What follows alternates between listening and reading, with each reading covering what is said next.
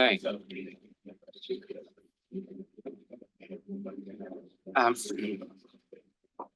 Vice Provost, ladies and gentlemen, colleagues, you are all very welcome. And on behalf of the Faculty of Health Sciences, it gives me great pleasure to introduce Professor Lorraine O'Driscoll, who will shortly present her inaugural lecture. And I'll say at the outset, I have a limit of 1,000 words, and Lorraine, it's quite a challenge with you at that to get it all in. So forgive me if not everything is mentioned. The inaugural lecture is an important recognition event that celebrates the appointment of full professors in Trinity. And I'd also like to welcome Lorraine's friends and family, including her husband, Donica, her parents, Francie and Bridget, and her extended family who are here to celebrate with us this evening. You're all very, very welcome. So in 2021, Professor O'Driscoll was promoted to Professor of Pharmacology and Biomedicine in the School of Pharmacy and Pharmaceutical Sciences, a school that Lorraine herself describes as hardworking, successful, and collegial. And in turn, they have remarked about Lorraine, she has always been a generous and supportive academic colleague, always willing to help others and put her hand up to help the school in any way that she can. Lorraine has an exceptionally busy work schedule, doing amazing research, training postdocs and PhDs, traveling and disseminating her research nationally and internationally, supporting students and colleagues on our programs. Despite all of this, she has managed in recent years to find time to squeeze in marathon running for charity. So colleagues in the school are convinced that behind the door of her office, she spends her hours quietly working on a treadmill. No, if that's true or not, you can let us know. But in addition to being a professor, Lorraine is a principal investigator in Trinity Biomedical Sciences Institute, where we are this evening. And she is the research lead of the Trinity St. James's Cancer Institute. She's an elected fellow of both Trinity College, the Royal Society for Biology in the UK, and she's vice president of the Royal Irish Academy. You could go on and on about Lorraine and her honours and awards.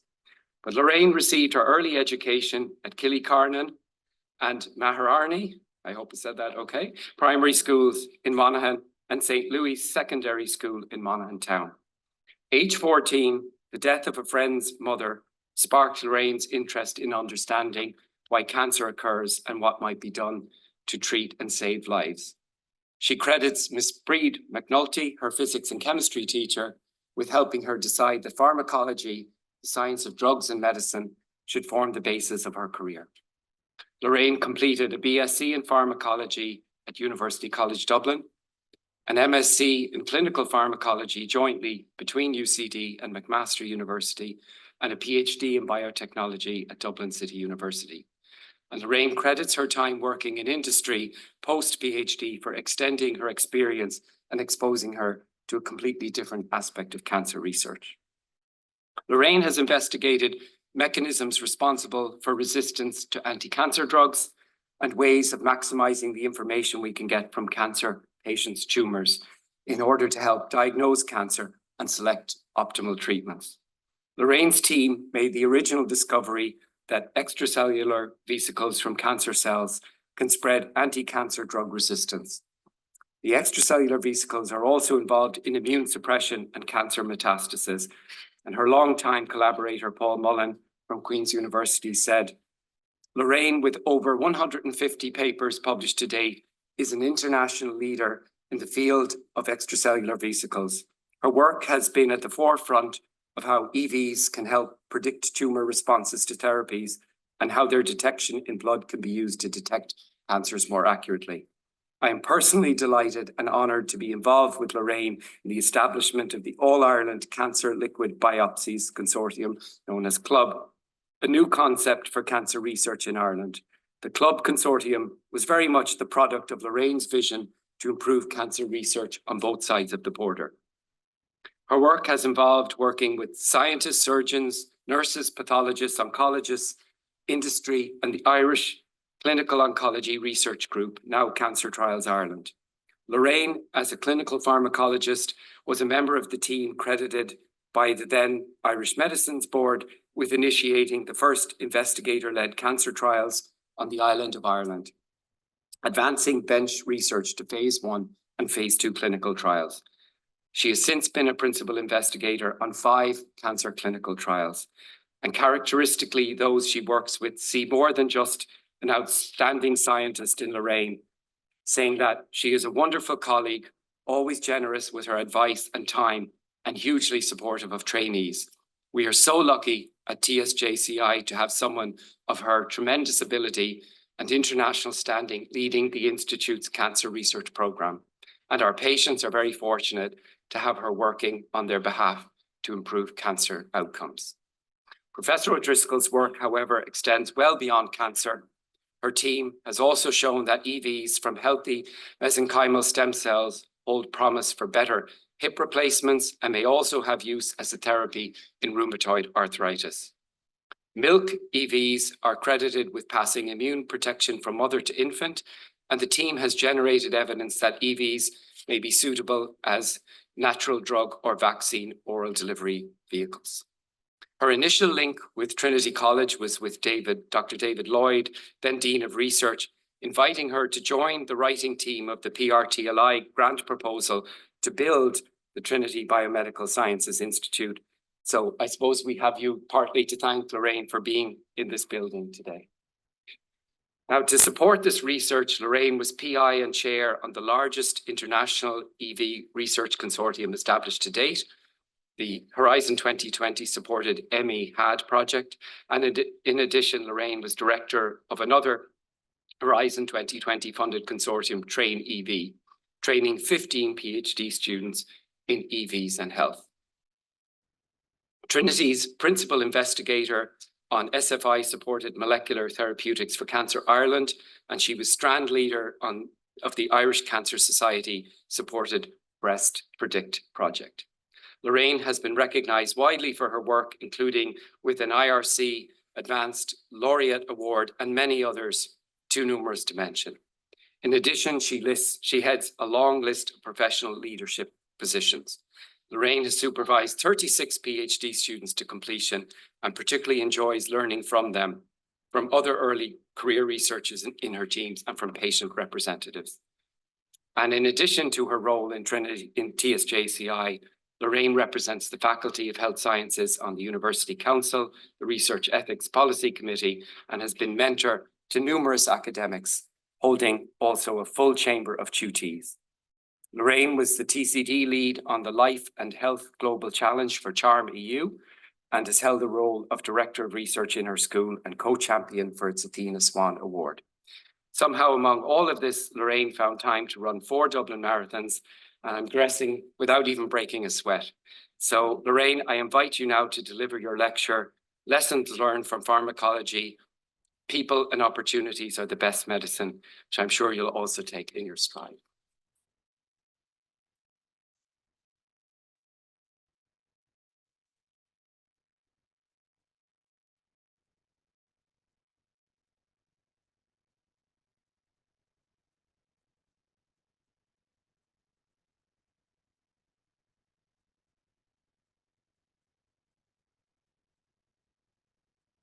Thanks very much to our Dean for those very, very, very kind words. And thank you all very, very much, each and every one of you, for being here this evening. So when you're asked to give an inaugural lecture, it doesn't come as that much of a surprise because, as our Dean has said, when you're promoted, the letter of offer says that you'll be expected to give an inaugural lecture. But that was a while ago, and of course, then COVID happened and various things. And of course, then it's when the lovely Lena Doherty from the faculty office asked you what's the title of your talk going to be, that it really hits home. So there are various things that I thought. So an inaugural lecture, I suppose, is the journey of an academic throughout their life until that particular stage. So sort of hitting on some milestones along the way. So one of my favorite topics to talk about would be our dogs that we had. But maybe I wouldn't get away with that. And as Brian suggested, or Dean suggested, I could probably bore you with tales of running. I could address the elephant in the room and say, how did my hair get from that colour, the middle colour 5 years ago, to this colour now? And the short answer to that is it was experimentation at home during lockdown. But in reality, whatever I may have achieved is really down to opportunities and to kind people and helpful people along the way. So that's why I chose the title, Lessons Learned from Pharmacology, People and Opportunities Are the Best Medicine. I'm mostly thanking you. I'm not blaming you. I'm just telling you. So the first two people I ever met were my parents. Now, not on that day, many years later. My mom and dad are very, very kind, supportive people, and everything they've always done has been for us, their children and their extended family now, giving us opportunities that they didn't have a chance to have themselves. I'm delighted that both of them are here today, and they have a can-do attitude that the rest of us wish we had. So my dad, when he left school, went to London. That was the norm. He went to London for work, worked on the buildings, and he was the fifth child of seven, and there wasn't an awful lot else happening in Monaghan. My mother was a nurse when they got married. They moved to London. Four of us were born there. I wasn't the oldest child. I wasn't the youngest child, but I was the only girl. So I kind of thought I'd be the favourite child.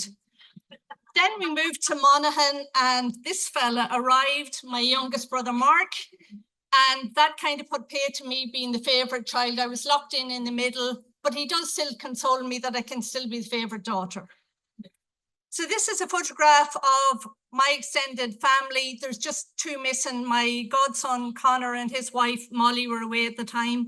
And this is Donica, my husband's extended family from Cove, and thankfully some of them are here today as well.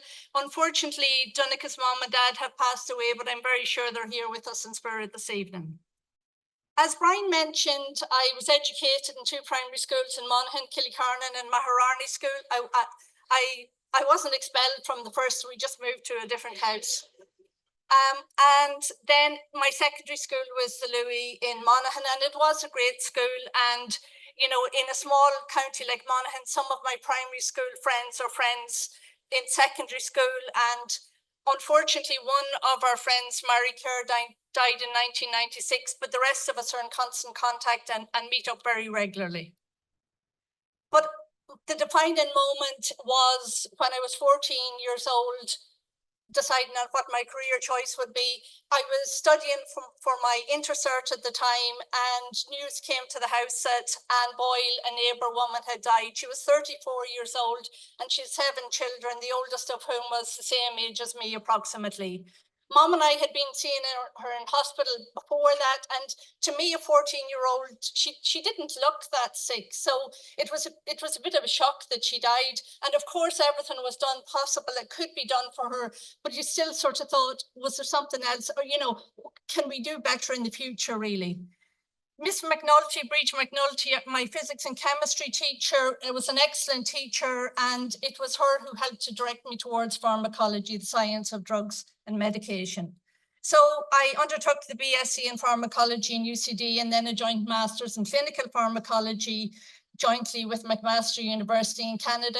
And everything I seemed to read at the time pointed towards biotechnology and biologics being the drugs of the future, as well as the small molecules. So I decided to do a PhD in biotechnology, and that was in DCU, and it was in multiple drug resistance in cancer.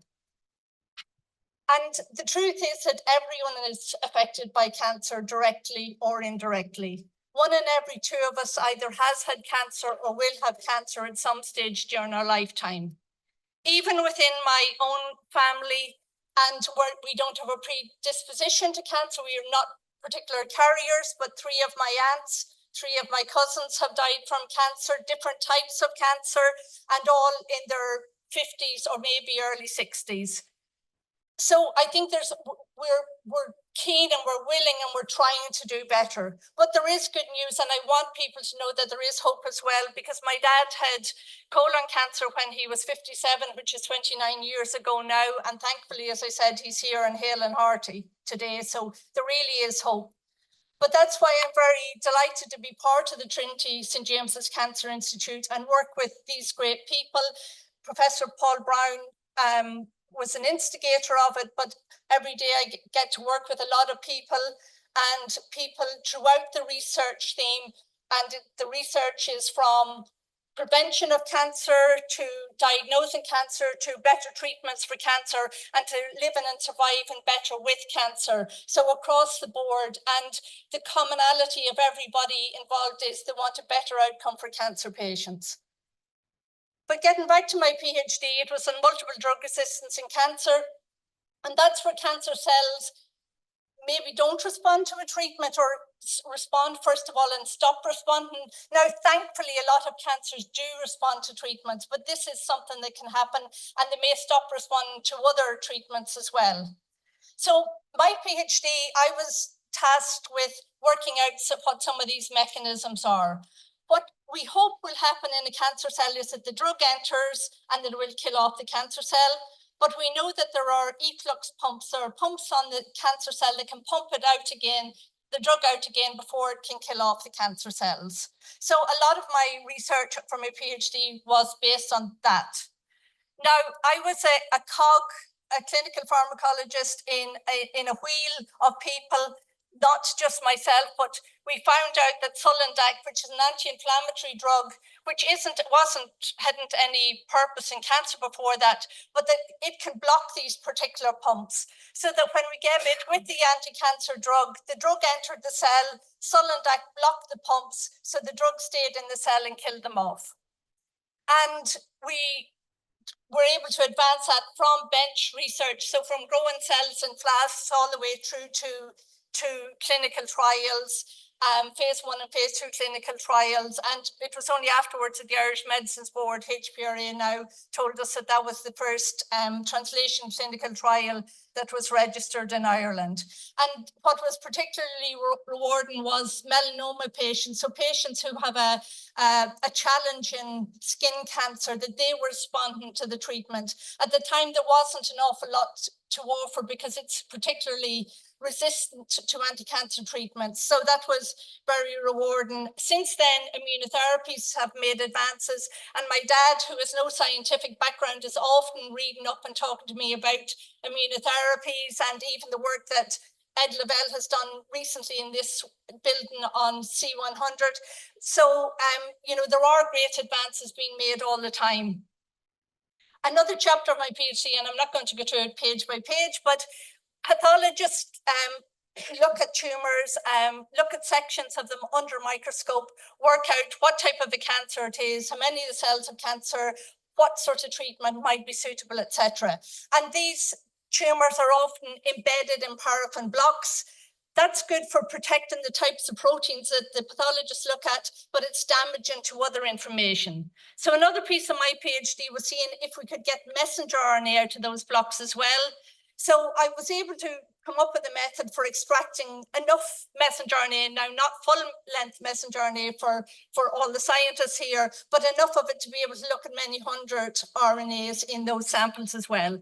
At the time, universities weren't really positioned, or there wasn't an opportunity or even thought of spinning out a company, but this was taken over by a company that was established, and they brought it further. And on each slide, you'll see that I have some pictures and some names. I won't remember to mention them all, but they were people who I collaborated with or who had help from along that time. My PhD extern was Professor Michael Comer, who was Vice President for Boehringer Ingelheim in Germany at the time, and who became a lifelong mentor and friend to me. I was interested in doing some voluntary work as well, and his sister happened to be setting up an orphanage and a school in Romania. So that was an opportunity for me to go there over some summer holiday breaks and Christmas breaks to do some help out there. And my mom came on one of the trips as well, and it was a very rewarding time. So I've also had an opportunity for about 5 or 6 years direct after my PhD to work in companies. And one was a diagnostic company where the company wanted to develop tests for a particular protein called survivin that's believed to be present in a lot of tumors. So some of the work there was developing PCR methods and making antibodies for that purpose.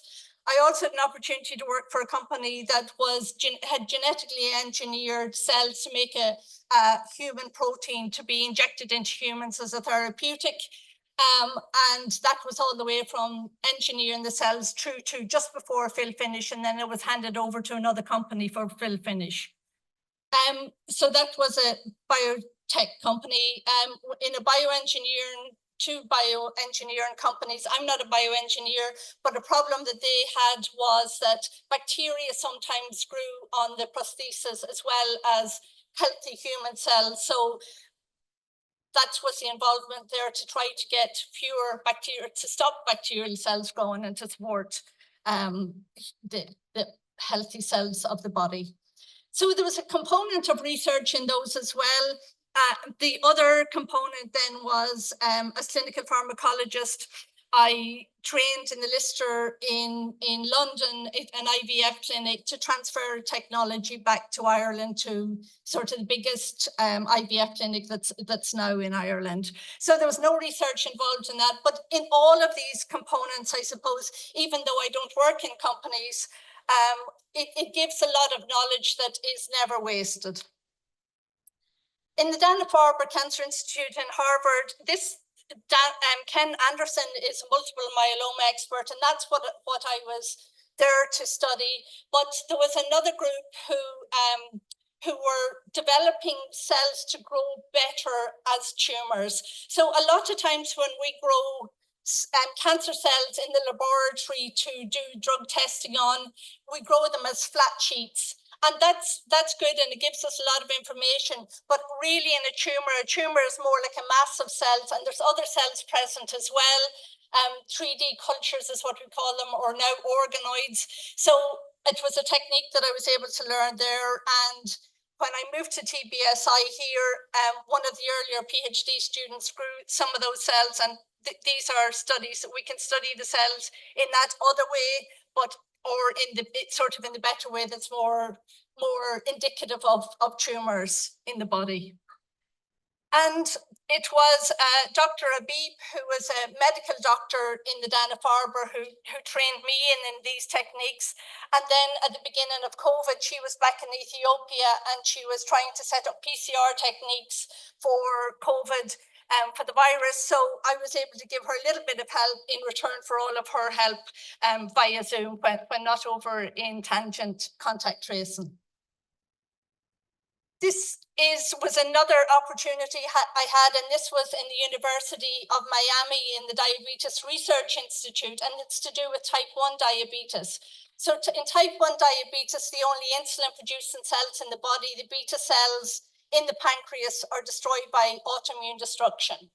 Now, for a lot of people with diabetes, they can very well control their diabetes with injections or by insulin pumps. But for some people who have very brittle diabetes, this isn't a possibility. They can't look after their children, they can't drive cars, can't hold down a job. If a pancreas is donated, those particular small bits of the pancreas potentially can be collected out, because the person with diabetes only needs the little blue bits that are the insulin producing parts. So, and then they're collected from the pancreas and they're injected and they lodge in the liver, and that's where they work. So I had the opportunity with under Camilla Ricordi's direction in the Diabetes Research Institute in Miami to learn this technique and to work with David Hickey in Beaumont to set it up there as an islet transplant unit. And at the same time, we worked on ways to better improve getting those insulin producing cells out to the pancreas to minimize their damage. In 2008, that's when I moved to Trinity, and for the 2 years preceding that, I had a position in DCU, a senior lecturer position, and a PI in a research centre that we had worked together to raise the funding for. So David was ex of DCU, and when putting together the PRTLI application, the grant application for this building, he contacted me to see if I'd be a member of the team. Marek Radomski was the head of our school at the time, School of Pharmacy and Pharmaceutical Sciences. Thankfully, the application was successful for this building, and there were 3 different centres in it at the time. One was the Centre for Cancer Drug Discovery, which Marek became director of, and he appointed me as deputy director. Now that then changed when we developed the larger Trinity St. James's Cancer Institute, and that centre was no longer necessary. But at the time, I was able to move some grants, some funding that I had from DCU to Trinity, and Serena Germano was a postdoc with me at the time, and she moved, and I'm delighted that she's here tonight as well. So that I was able to move some other grants, but obviously if you move from one university to another, you can't bring all the equipment that you were able to purchase when you were there, because that wouldn't be fair on other people. So I just want to acknowledge Professor Eugene Kennedy, who was the Vice President of Research in DCU at the time, because he allowed me bring a lot of the overheads to Trinity. So of course we had equipment in Trinity, but it allowed to buy more laminar flow cabinets and more specialized pieces of equipment that we needed for our research. And from what I'm going to tell you from now on, I wasn't the person doing the lab work. In research, it was more of my work has been coming up with ideas and writing grants, and hopefully the funders will think that this is a useful thing to do. But these are just some of the photos of the people who actually do the lab work. I come up, I say to them, will you mind doing this? Will you mind doing this? But these are the people in the bench, and I really want that to be acknowledged. You'll see their pictures on some of the slides as well, but just to say that up front. So a lot of our work around here in TBSI and in the School of Pharmacy and Pharmaceutical Sciences, my team's research has been on something called extracellular vesicles. So even before we knew what extracellular vesicles were, we were interested in finding indicators in blood of the presence of a cancer, and we call those biomarkers. So we were studying cells that were grown in the lab and what they released, and we were studying blood samples that were taken from patients before surgery, a piece of tumor taken at surgery, a little piece of normal tissue, which the patients also very kindly consented to be taken, bloods taken after surgery, and blood is donated by healthy volunteers. We knew there'd be a lot of protein there, but we didn't expect some of these other things that we found, messenger RNAs and microRNAs, because there's very high levels of enzymes that should destroy those. But we thought, we're curious, we're scientists, we looked for them, and we found that there were actually a lot of them present. Now, I've sort of said a lot of things there, but the take-home message from that was that there's a broad range of things that cancer cells were making. That information was being passed into the blood from the tumor cells, but it wasn't just a general dumping mechanism. There was something more selective going on. And what we now know, and how we found it was more selective, we put the samples through various types of filters, various types of sieves, and found we were getting a slightly different profile. So what we know is that these are protected in some sort of vesicle, so they're not being degraded. And now we call those vesicles extracellular vesicles. So that's information that's been passed out of cancer cells, collected in the cancer cells, passed out by these extracellular vesicles, or EVs for short. What's bad about them in cancer is, and it was, you know, I'm proud to say it was my team who made the first discovery that these extracellular vesicles from drug-resistant cells can pass that on information on to other cells and make them resistant. So the thing is, if we don't do this sort of fundamental type of research, we won't be able to see where we have to come up with different types of therapies. And other people, and we've been able to find this as well, but we didn't make the initial discoveries, but they also affect the immune system, suppress the immune system, and are involved in the spread of cancer throughout the body. So they do a lot of things of making good cells bad and bad cells worse. And this is what they look like under a very high-powered microscope that we call an electron microscope. And they're tiny. If you were to cut a hair in half, you could fit 150,000 of these on the cross section of the hair. And what they're doing is they're carrying information out of cells, and we can detect them then in the biofluid. The biofluid, the body fluid we're talking about here is blood. So they're given information on the cell that they come from.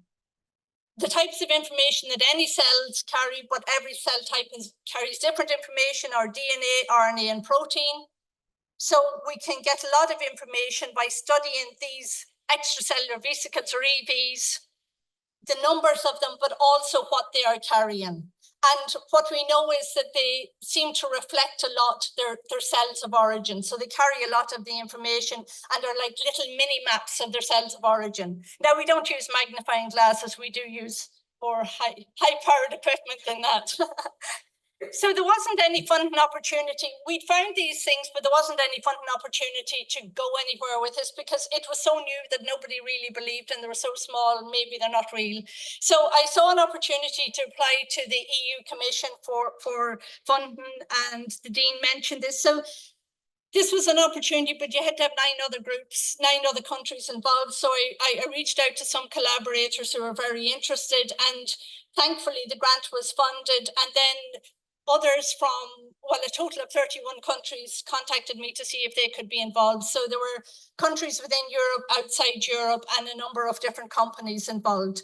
So by that, even though by the time the funding was spread across all of these, there wasn't that much funding available for anyone, but it allowed us here in Trinity then, because we were leading the consortium, to pass samples out to the other groups and get them to do the types of analysis that we were doing, and vice versa, because we wanted to make sure that anything we were finding that we could stand over, that the results were reproducible, that it wasn't just a one-hit wonder.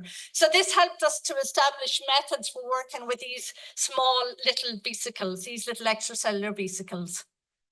And from that, then the next step, I was wondering, where do we go with this? And then the EU Commission, you can apply for funding to fund 15 PhD students and a project manager.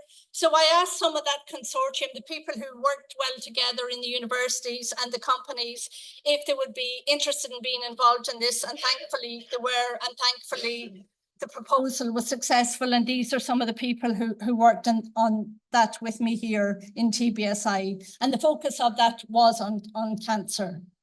So throughout the course of those projects, we were able to collect vesicles, extracellular vesicles from blood, but also from other body fluids as well: urine, saliva, cerebral spinal fluid, lab cells, what they release, and also from milk. Now, these aren't all to do with cancer. Some of these are healthy vesicles, and I'll tell you a little bit more about them in a few moments.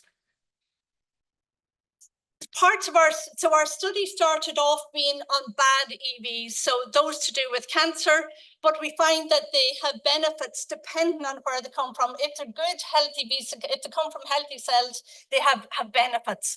So I'm going to just tell you a little bit about a few of these projects, not all of them in the time. And the great thing, EVs, extracellular vesicles, are communicators, sometimes bad, sometimes good, but they're also a way of communicating with other people. So it was an opportunity to establish a lot of other collaborations with experts in other fields. So for example, I was interested in looking at vesicles and how they might affect platelets in blood, but I'm not an expert on platelets, but my colleague Maria Jose in our school is. So I asked her, if I wrote a grant, would she be interested if I got the funding to collaborate? And she was. And with Ursula Fearon, who is an expert on rheumatoid arthritis, contacted her when I got a grant, and she was happy to collaborate and part of those studies. On the milk TVs, chagas, and so on. When I first moved to Trinity, getting set up, I helped out with a project. So this was led by Marek Radomski, who was the head of school at the time, and who also was a very good mentor to me when he was here, before he moved to Canada. And a PhD student, Annette, who's here tonight as well, she was working on cancers. Unfortunately, tumor cells can break away from a primary tumor and spread to other sites in the body. So injections, systemic injections of anti-cancer drugs, we hope will kill those off in the blood. But unfortunately, what they were finding, and I was helping out with the project from a clinical pharmacology point of view, was that unfortunately platelets in the blood can protect those anti-cancer cells and prevent them being killed off. So again, this is information that's fundamentally important to know so that you can then go to try to do something about it. As I mentioned, I was also interested in what effects vesicles might have in the blood. And we know that cancer patients have an increased risk of blood clots. And in this study, as I mentioned with my colleague in our school, Maria Jose, a PhD student and a research assistant, if you look at normal platelets that haven't been exposed to anything, they look fine here. And when we expose them to even a tiny amount of vesicles, these vesicles from cancer cells, they start that clotting process. So again, it was new information and something that we can try and do something to prevent. So can we stop EV release from cancer cells so to stop the problems they cause? And this slide here summarizes a lot of work for 2 PhD students at the time.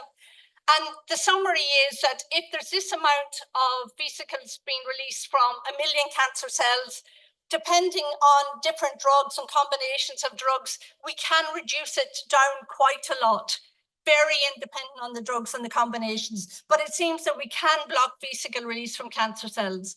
Now, my concern then is there'll be some side effects because there are healthy vesicles being released as well. Is there anything that we can do about that? And so these are studies that are still ongoing. The center of a tumor, as I mentioned, they sort of grow as masses of cells. And tumors, cancer cells, siphon off blood vessels in to bring oxygen into the center of the cell. But parts of the tumor can't get enough oxygen, and that's called hypoxia. And while you'd think that maybe the cancer cells would die off if they weren't getting enough oxygen, it actually makes them more aggressive. And that's the hypoxic environment that makes them more aggressive. So what we're doing here now is selectively targeting some things that are associated with the hypoxic environment, which is quite unique to the tumor compared to the healthy cells. It's early days. That's the Advanced Laureate Award that I have from the Irish Research Council. And while it's still relatively early days on the results, they seem promising. And there's another component of that project that I'm not going to go into, but we're also looking to see if we can come up with healthy vesicles as drug delivery vehicles. So these vesicles are being released out by the tumor cells and unfortunately are going on and doing very bad things that we're trying to block, and we're working on blocking those all the time. However, while they're in the blood, we're also trying to make use of the information. If they are being released out and if they are mini maps of their cells of origin, at least maybe we can develop tests for those to give us information. Is there a tumor there? What type of a treatment a patient might respond to? And as everybody here knows, and as I just referred to a little bit earlier, a lot of diagnostics, of course, diagnostics are done on tissue biopsies, and these are critically important. Tissue biopsies are taken, a pathologist looks at them under a microscope and diagnoses a cancer. But in the case, for example, of a breast cancer, quite often it's when somebody finds that there's a lump there, or if it's not by screening, and maybe someplace else, and it's when there's symptoms. So what we're trying to do is to see if we can also develop blood tests to bring that diagnosis back earlier. So the point is, tissue sampling, tissue biopsies are critically important, but we're also trying to see, can we add on blood and other types of tests as liquid biopsies as well? So these might be able to help us detect disease earlier. They might be suitable in cases where taking a tissue sample is very invasive or uncomfortable. For example, if it's a brain tumor, tumors to the bone, they can give us additional information because not every part of a tumor is the same. And if different parts aren't sampled, we mightn't get a full idea. So, but everything, parts from all of those cells are being released into the blood. They would be less expensive than tissue biopsies, less time consuming, and wouldn't require a hospital setting. And my vision would be that a community nurse in North Derry or South Kerry could take samples and chip them off for analysis. So I don't think that they're going to come as they're not going to replace tissue biopsies completely, but in some cases they may, and what they could do is help us to monitor disease over time and add a lot more value to tissue biopsies. So this is what we're talking about. First of all, the extracellular vesicles that are released by tumor cells into the blood. But we also know that there are those circulating tumor cells that Marek and Netta had been working on. And there's also tumor DNA. Now, we've done bits of research on those, but we wouldn't consider ourselves to be the experts on circulating tumor cells or tumor DNA. But an opportunity came up about 18 months ago to apply to the Government of Ireland North-South funding. And I thought it would be a great idea if we could look at all of these in exactly the same blood samples. So looking at all of them and getting as much information as possible. So I contacted some other people and they were interested in being involved in a collaboration. And so thankfully we were successful in that. And so there are colleagues in Trinity St. James's Cancer Institute, scientists and clinicians who are the experts on the circulating tumor cells, colleagues up in Queen's who have more expertise on the DNA and methylated DNA, us on the extracellular vesicles. And so we're taking blood samples and making every drop of blood that a patient donates for research count. So a patient may be asked to give an extra tube of blood for research. So that's almost 2 teaspoons of blood. So what we take is, we take the blood and then we do all of these types of analysis in exactly the same blood.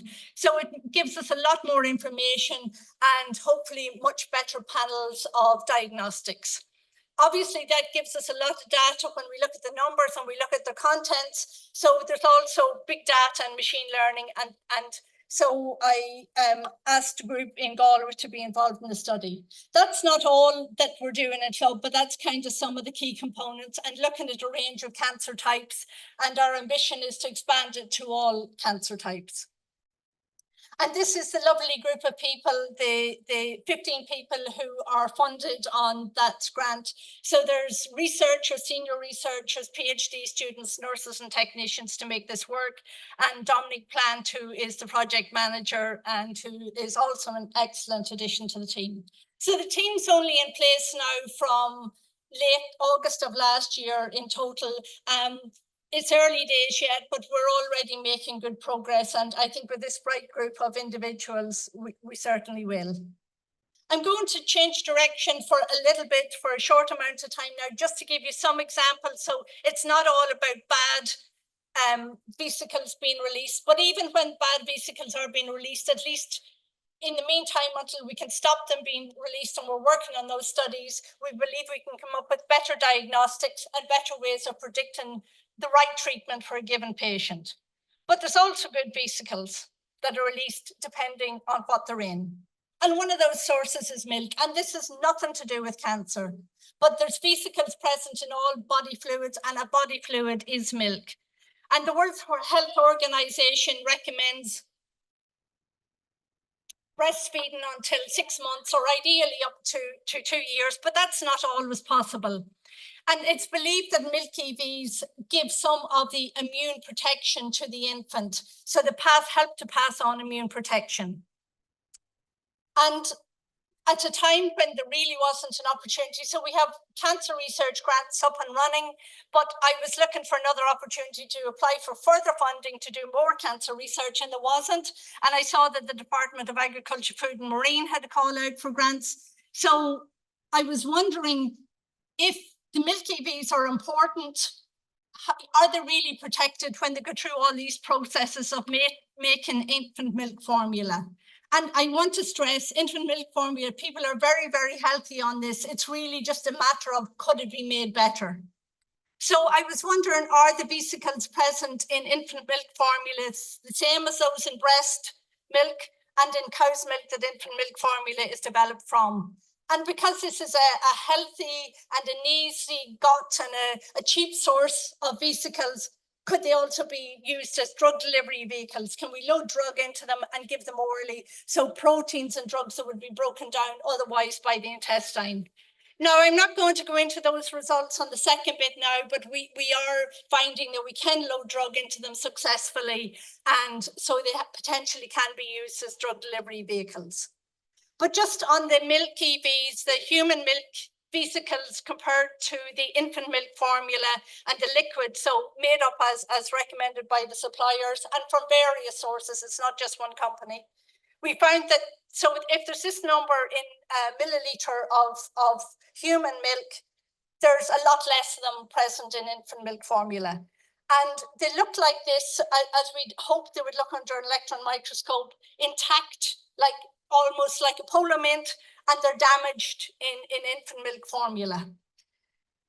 And when we look using more advanced technologies, metabolomics and proteomics, we find that, say, 20 milk samples, the extracellular vesicles from healthy mothers all look very similar, behave very similar, whereas those from the infant milks are all very similar but very different.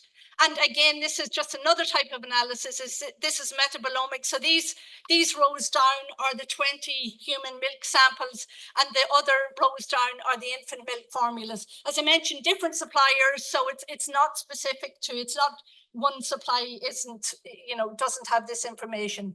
So the point about this is it can give us more information now if companies want to make better milk formula, because it is, people are healthy. It's not that they're not healthy, but they're potentially, it can be made better if it's a choice of a mother to feed infant milk formula. So we know that there's a lot of changes that are different, and we've had one company in contact with us, and we've, through a research project, have tested out various of their ingredients and have identified where there's damage being made to the vesicles. And it's important economically as well, because 10% of the infant milk formula used in the world is actually made in Ireland. The last type of good vesicles that I'm going to mention are vesicles from cells that are called mesenchymal stem cells. These are cells from the bone marrow that can dampen down inflammation. Again, nothing to do with cancer. They're healthy cells. They can dampen down inflammation. So I was wondering, could the vesicles that they release also dampen down inflammation? And this was a project, this is a European funded project as well, and it's to do with hip replacements. So hip replacements are usually very, very successful, but because sometimes there can be an infection gets in at the beginning, there's local inflammation and the hip loosens. And again, my dad is an example, because that happened, unfortunately, when he had a hip replacement, and now he's had the same hip replaced 5 times. So he's kind of keeping Stryker in business at this stage, which I love. But anyway, the company were interested in maybe putting some of those mesenchymal stem cells with the hip replacement to see if they could dampen down the inflammation so that the hip would take. They heard about our work, and then discussions came around that maybe we could check if the vesicles released from those cells. And there's advantages of using vesicles instead of whole cells, because they don't have a nucleus. Regulatory authorities are much happier with you using them. They're cheaper and easier to take from one place to another. They don't get damaged, they don't get broken down. So what that is about then is coating hip replacements with vesicles. Now, to get them stuck onto that, we have to use what's called a hydrogel. So there's another company that's making that smart hydrogel. So depending on how much inflammation might be present, that is the signal to the vesicles to release from the hip replacement. So these are now undergoing further trials to look at their success. But in parallel with that, we're always curious to see, well, if they can dampen down the inflammation that's associated with hip replacements becoming loose, could they also be beneficial in rheumatoid arthritis? And so we reached out to experts on this. Professor Ursula Fearon here in the School of Medicine, and her lovely husband, Doug Beale, who very sadly passed away just in the last week from pancreatic cancer. And they came on board on this study, and they were great collaborators, and our thoughts with Ursula and her family at the moment. So we found that it's early days because these were laboratory experiments, but the vesicles from the MSC cells, these mesenchymal stem cells, do dampen down that inflammation. And what the postdoc working on the study, Demetrius, found was that if he grows the cells in even a different way, the vesicles that they release are even better dampening down the inflammation associated with rheumatoid arthritis. So that gives us hope, and we'll be continuing on those studies. Just other kind people and more opportunities that I've had.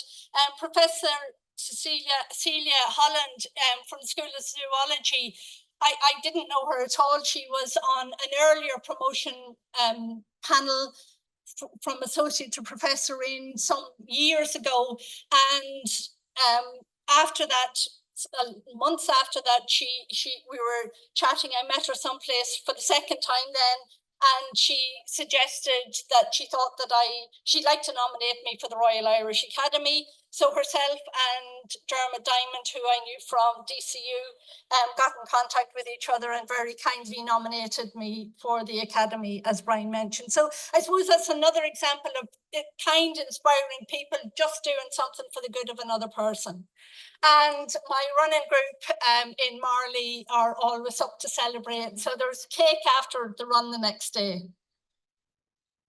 And talking about being inspired to run, my inspiration for running was one of our students, Jack Kavanagh, who, when he was in second year, had a terrible accident when diving and got spinal cord injury that resulted in only having 15% muscle working, and unfortunately ended up in a wheelchair. Now, he had a number of years of recovery, but he was coming back to our school in 2015, and so a number of us were doing things to fundraise to help in whatever way possible. So I joined the DSD running club just for 4 months to train to do the mini marathon, but there's no real getting away from it. And yeah, great group of people. It's not all running. There's quite a bit of fun as well. In actual fact, it's kind of done a full circle, because on Sunday the mini marathon's on again, and a few of us are supposed to be the pacers for that. So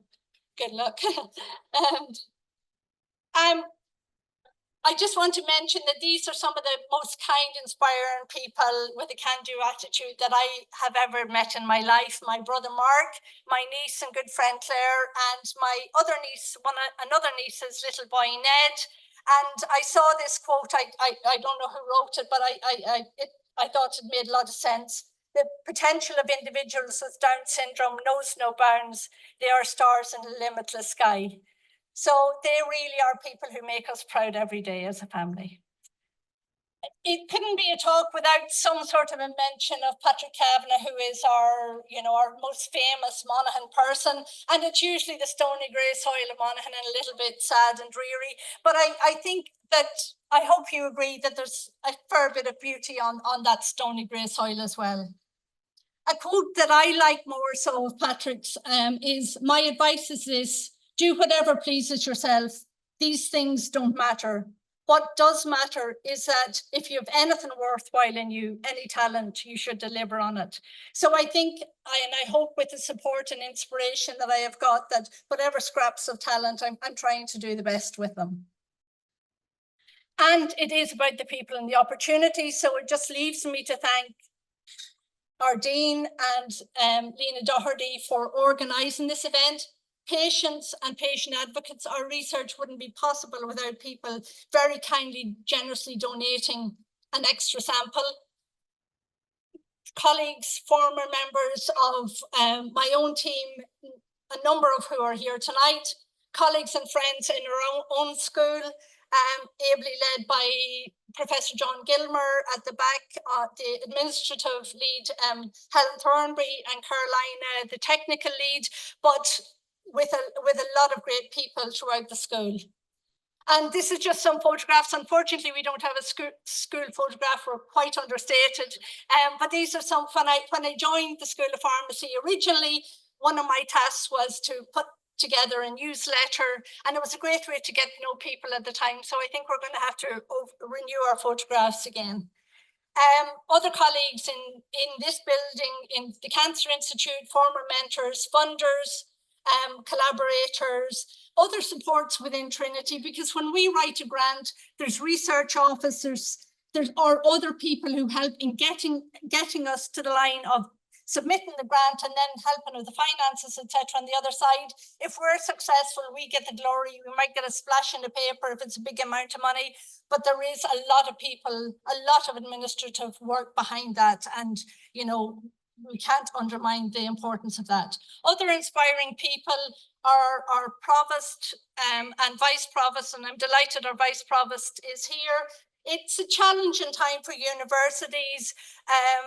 There's, you know, there's other people working behind the scenes, but there are leaders, and these people have to make sure the books balance, do their best to make the books balance at a time when the government funding to education, since I moved to Trinity, it's dropped from 34% down to about 13%.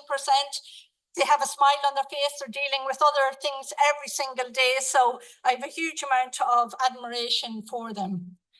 Thanks to all the attendees who've travelled from various places, including my goddaughter Kirsten from Liverpool, my godson from Kildare, and from people from other places, the Running Club, and Donncha, my husband, who I have to admit is the better half. And this is just a list of the current former group members, some of our current or very recent collaborators, patients and donors. I can't undermine how important that is, funding authorities, and I'll just leave you with Patrick Kavanagh. Thank you.